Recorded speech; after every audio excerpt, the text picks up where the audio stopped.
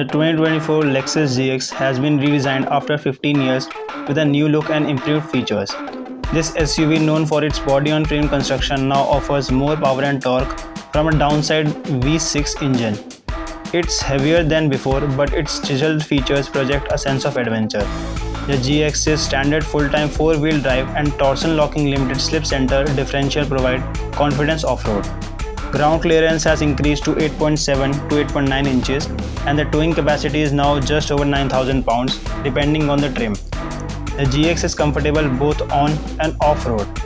Its 3.4-liter twin-turbo V6 engine produces 349 horsepower and 479 pound-feet of torque, making it smooth and quiet. The GX accelerates from 0 to 60 mph in about 6.5 seconds, a second faster than the previous model. The 2024 GX Overtrail trim features 33-inch all-terrain tires on 18-inch wheels, enhancing its off-road capabilities.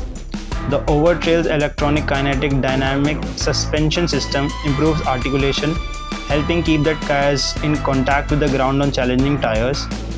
Features like crawl control assist make it easier to manage off-road driving by letting the SUV's technology do most of the work.